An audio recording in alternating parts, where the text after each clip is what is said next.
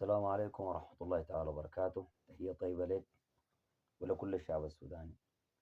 الفيديو ده يزول يعمل له شير ولايك.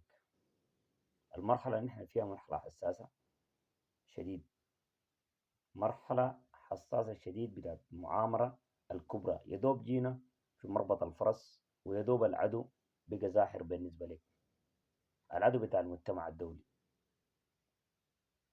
الآن المجتمع الدولي دول الغرب كلها بتسعى بدول أوروبية وأمريكا وجزء من المنظمات للسعي للتدخل في السودان. نحن محتاجين وحدة كشعب سوداني، ومحتاجين صوت في الميديا لمقاطعة ومحاربة الأصوات الأوروبية للتدخل في السودان. ودي بتحتاج منك جهد كبير جدا، كلنا مننا جهد كبير لمقاطعة المنتجات الأمريكية والمنتجات الدولة الفرنسية والدولة الأمريكية.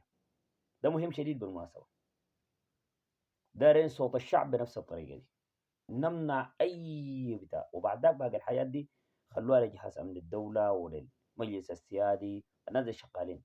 احنا محتاجين الآن نتوحد، محتاجين في الميديا نتوحد.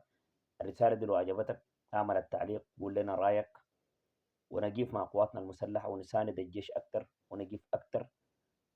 التكالب والصراع الطرفي ده نخليه نتوجه في الحتة دي. ادينا رأيك واكتب لنا في الكومنتات، وما تنسونا من الشير واللايك عشان الفيديو ده يصل كل الشعب السوداني.